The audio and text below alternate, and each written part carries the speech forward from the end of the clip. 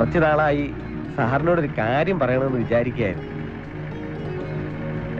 വേറൊന്നും കൊണ്ടല്ല, സാറിപ്പോ ഇവിടെ വന്നിട്ട് ഇത്ര ആയുള്ളെങ്കിലും എന്തോ കുറെ കാലമായിട്ടുള്ള ബന്ധവും പരിചയമോ ഒക്കെ ഉള്ള പോലെ, അതുകൊണ്ടാ.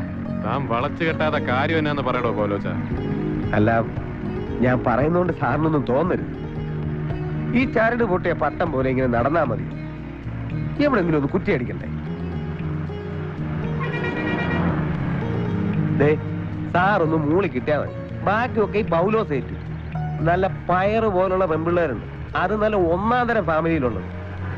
എന്നതാ വേണ്ടതെന്ന് വെച്ചാ സാറ് പറ. ചെലവാകാതെ കിടക്കുന്ന വല്ല പെൺപിള്ളേരും ഉണ്ടോ പോലോച്ച തന്റെ കുടുംബത്തില്?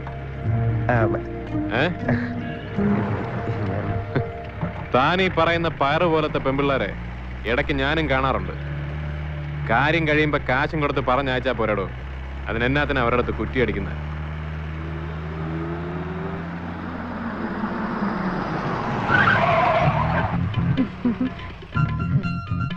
എങ്ങോട്ടാടി മറിയാമ്മേ? ഒരു വലിയ കോളത്തെ ലക്ഷണം ഉണ്ടല്ലോ. ഓ, എന്തോന്ന് കോള് സാറേ, സീസണൊക്കെ മഹാമോശല്ലയോ?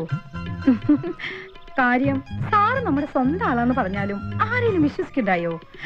മൂർഖനാന്നാ എല്ലാവരും പറയണേ. സത്യാവസ്ഥ നമുക്കല്ലേ അറിയാവുള്ളൂ, ഇല്ലയോ സാറേ? മതി മതി, സോപ്പിട്ട് നീ ഇല്ലാതാക്കി കളയല്ലേടി. നീ ചെല്ല്. ലോക്കലാന്നോ പുറത്താന്നോ? ഇവിടെ തന്നെയാ സാറേ ലോക്കല്. പിള്ളേരാ സാറേ. നമ്മുടെ നേതാവില്ലയോ ഉമ്മച്ചൻ സാറ്, അങ്ങേരുടെ അനിയനും ടീമുവാ. ബാംഗ്ലൂരിൽ എങ്ങാണ്ട് പഠിക്കുന്ന.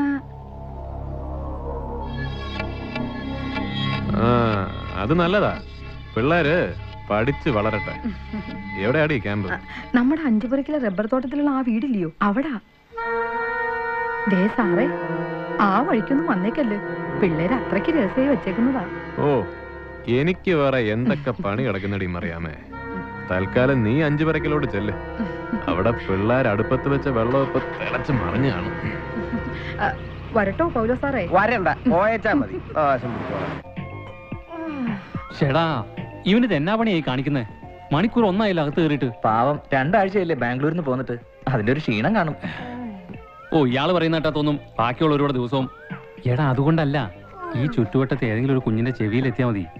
ഇവിടെ കരക്കാർ കൂടാൻ വലിയ സമയമൊന്നും വേണ്ട.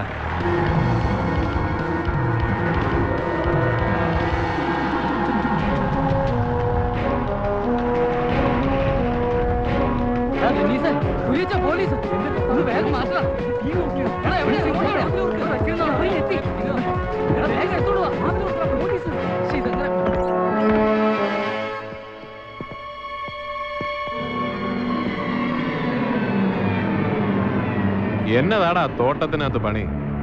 ബിസിനസ് മാനേജ്മെന്റിന്റെ കൂടെ റബ്ബർ ടാപ്പിംഗും പഠിപ്പിക്കുന്നുണ്ടോ ബാംഗ്ലൂരില്?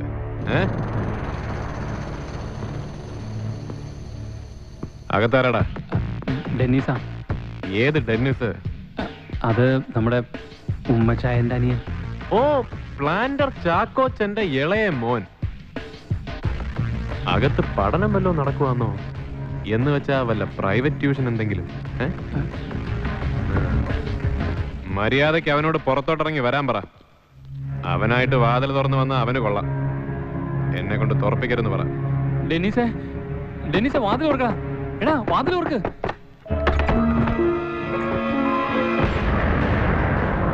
സാറൊന്ന് പുറത്തോട്ടിറങ്ങണം, നന്നായിട്ടൊന്ന് കാണട്ടെ.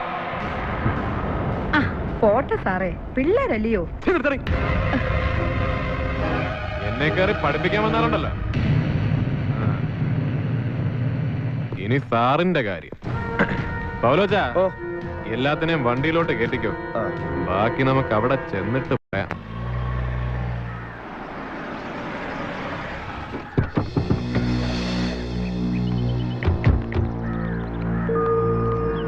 സോളമൻ സാറുണ്ടോ?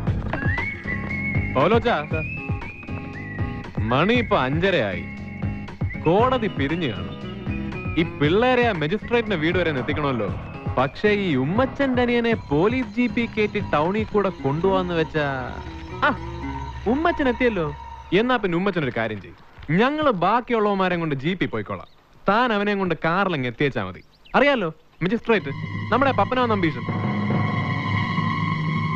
പറത്തി വിട്ടേക്കല്ലേ ഉമ്മച്ച, എന്റെ തൊപ്പി തെറിക്കുന്ന കാര്യമാ. സാർ ഇപ്പം എന്ത് പറഞ്ഞാലും ഞാൻ കേൾക്കും. അടുത്ത ഇലക്ഷൻ എൻ്റെ സീറ്റ് ഏതാണ്ട് ഉറപ്പായതാ. ഈ സമയത്ത് ഇങ്ങനെ ഒരു നാണക്കേടുണ്ടായിപ്പോയാ സഹായിക്കണം.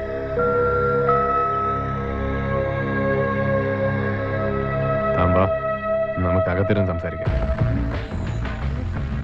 താൻ മാത്രം ഈ വക അലങ്കാരങ്ങളൊന്നും വേണ്ട.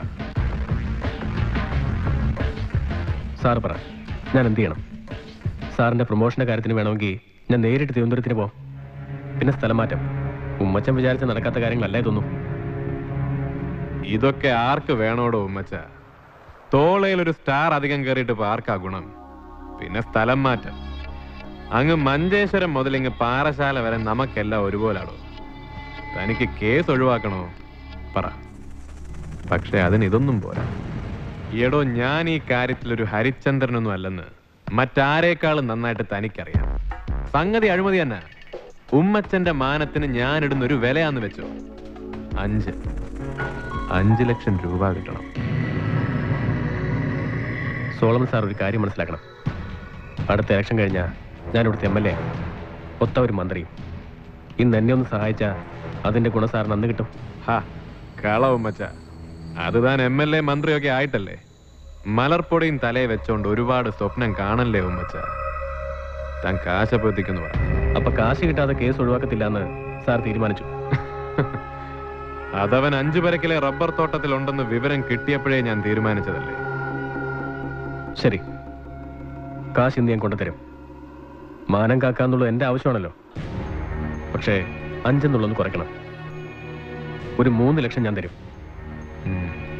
3 ലക്ഷം മതി. കാശ് താൻ ക്വാർട്ടേഴ്സിലെത്തിക്കേ, ഞാൻ അവിടെ കാണാം.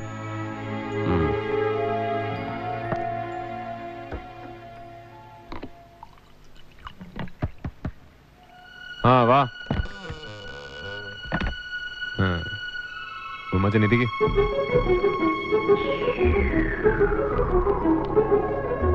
ഒരെണ്ണം ഒഴിക്കട്ടോ ഉമ്മച്ചന്? വേണ്ട.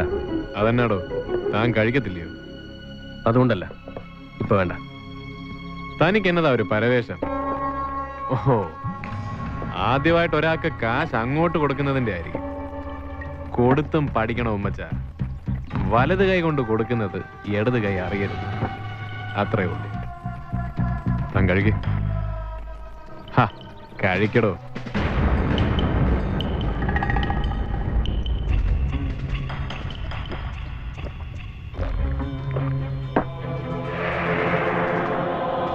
താനിത്തിരി ടെൻഷനില്ല. അത് കള, കാര്യങ്ങൾ കേൾക്കട്ടെ. ക്യാഷ് ഇതിലുണ്ട്. ടെന്നീസിനെ പിള്ളേർ എപ്പോൾ വിടുന്നു പറ. അതിന് ഇവിടുന്ന് ഒരു ഫോൺ വിളിയുടെ കാര്യമല്ലേ ഉള്ളൂ. പക്ഷെ അതിനു മുമ്പ് എനിക്കൊന്ന് ഉറപ്പിക്കണമല്ലോ. കാശേ എണ്ണി നോക്കാം, എന്നിട്ട് വിട്ടാൽ മതി.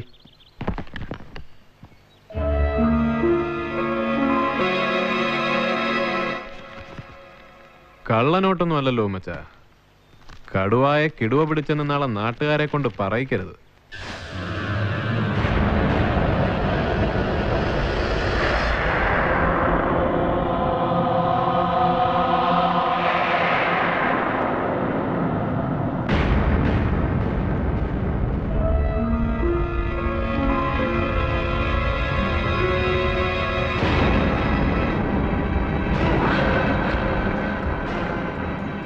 വിജിലൻസുകാരെപ്പോ എത്തുമെന്നോ മച്ചാ പറഞ്ഞേക്കുന്നേ?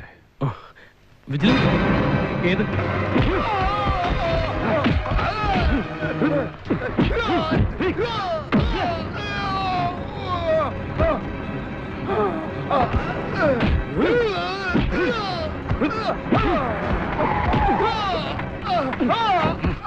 സോളമൻ, എന്താ ഇത്?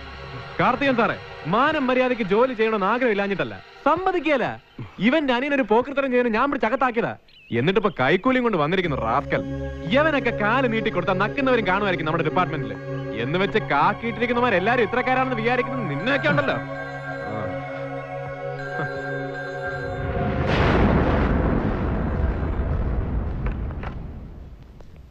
പോലത്തെ ഞാൻ അങ്ങോട്ട് വിളിക്കാതിരിക്കായിരുന്നു. താൻ ഉടനെ ജീപ്പ് എടുത്ത് ക്വാർട്ടേഴ്സിലേക്ക് വാ.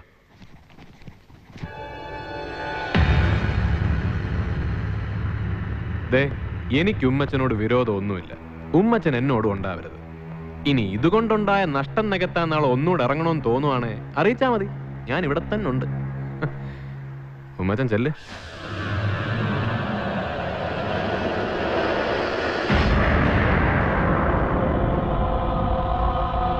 വാടാ.